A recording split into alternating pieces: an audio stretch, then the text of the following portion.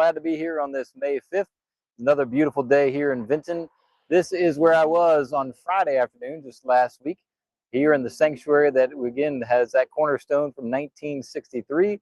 In the background, they have the chapel that was, again, started in 1917 and finished, and the first worship service happened in 1919.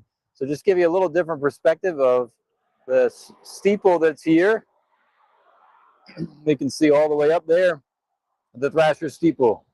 So the Thrasher community continued to grow throughout the 60s, and there was all kinds of expansions that has happened through the years. And I thought it would be great just to walk a little bit down Pine Street here and walk beside the sanctuary. Again, that was constructed in 1963. That's what the cornerstone has. And as we're moving past the sanctuary windows that were just replaced earlier this past year, or earlier last year, if I remember correctly, we are grateful for all that work that was put in there, and certainly makes a difference now when we come in on Sunday mornings. So as we're going past the Pine Street door is what we call it, that quite often people will enter coming into the sanctuary on Sunday mornings. And then we're walking through this way, we'll get into what we call like the staff office building, or excuse me, the staff office door, which is right over this way. And you can see a lot more of how Thrasher has expanded through the years. And so my hope is to make sure to share just a little bit more about those details. As we get into this picnic pavilion, you can see right in the background here, we can see the columbarium right over this way as well. Recognizing the significance of those spaces, this picnic pavilion is something that is a joy that gets used. We are grateful for all the ways that it certainly gets kept clean. Thankful for Gene and Jennifer and many others that make that happen. We're thankful again for this columbarium as well. This columbarium is a wonderful place for people to find rest if they so desire after they die. We are grateful to have the space where they can come and lay their ashes, have their ashes placed.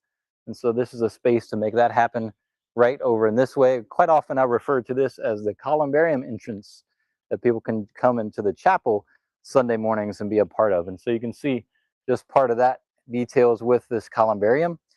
This connection right here, this right next to the columbarium, is our gym. And you can only see parts of it from here, but this was constructed in the late 80s as we built onto that. In this little circle you'll have here, as you see the columbarium there in the background, the steeple and all the areas there that you can get into the sanctuary, you can get into other spaces of the facility right in this area right behind me.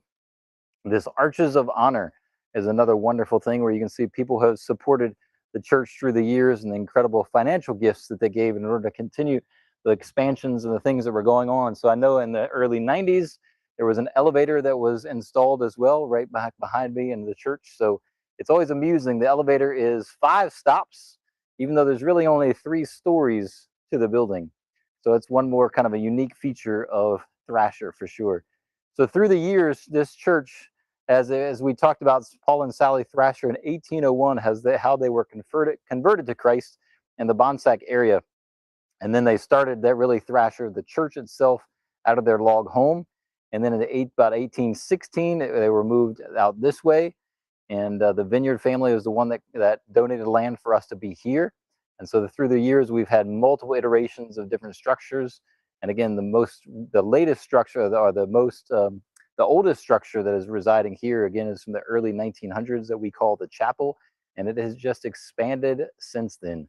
So we are so thankful for all the ways that has made a difference for many, many people through these years.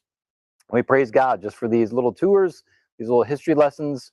My hope is tomorrow to go inside, to begin in our chapel and just share with you a little bit of spaces there and the significance of the structure and the ways that God has worked inside this building. We are grateful for that reality for sure. One of the things that's kind of amusing as I'm doing these live streams is my finger that's going to be coming up to end the live stream. So you'll see that here shortly. I'm grateful for this Cinco de Mayo. I'm grateful for the ways we are connecting through this short little devotion time. Praise God for this day. Enjoy it.